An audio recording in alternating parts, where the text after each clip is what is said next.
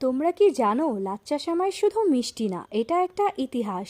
যে সেমাই আমরা ঈদে খেয়ে থাকি তার ইতিহাস 500 বছরেরও বেশি পুরনো। এটা কি তোমরা জানতে? এই সেমাইয়ের শুরু কিন্তু আমাদের দেশে না, এর জন্ম মধ্যপ্রাচ্য আর পারস্য অঞ্চলে। সেমাই শব্দটা এসেছে আরবি সেমিয়া থেকে, মানে সূক্ষ্ম সুতোর মতো খাবার। তারপর আসে মুঘল যুগ।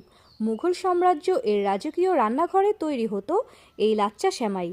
ঘি, দুধ, বাদাম আর চিনি দিয়ে বানানো হতো বিলাসবহুল এই মিষ্টি।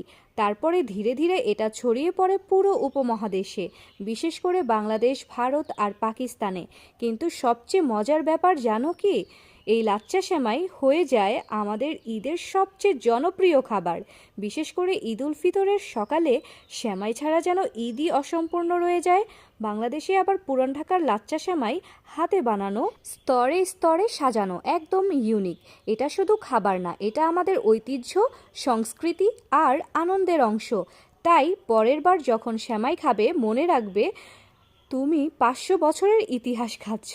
ভিডিওটি ভালো লাগলে লাইক দাও, শেয়ার করো আর ফলো অ্যান্ড সাবস্ক্রাইব করে পাশে থাকো। এবং কমেন্টে বলে যাও তোমার কাছে কোন সেমাই সবচেয়ে বেশি পছন্দ, লাচ্চা নাকি ভার্মিসিলি।